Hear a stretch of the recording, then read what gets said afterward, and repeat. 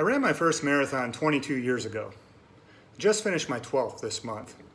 There was a 17-year interlude between my first and second, but now I run 2 to 3 per year and spend most days, weeks, and months in a perpetual training cycle. A lot of life happened in between, including establishing my career, earning my PhD, starting a family, and getting married and divorced. I lost a little bit of myself during these rites of passage, but found redemption through solitary miles in all seasons on local running trails. I learned to love the discipline required of marathon training, the daily grind and aching muscles. No matter how tough the training plan, racing 26.2 tests us all. At around mile 20, my limbs cry for surrender, and my calorie-starved brain concurs. I left visions of the perfect race at the starting line, but a bucket list Boston qualifier is still out there to be earned. As I stagger across the finish line, the time disappoints, but I left it all on the course, banked lessons for the future, and wear cramped calves and blistered toes with pride.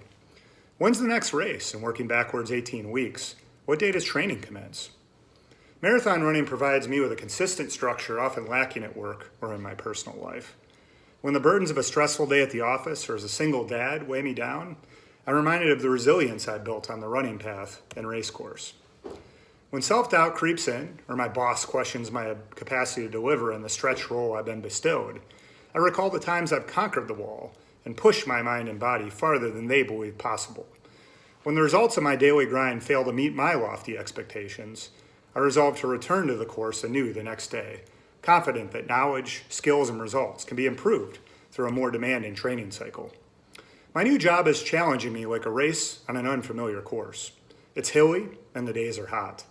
But I've logged hundreds of hill repeats and trained in summer's oppressive heat and humidity.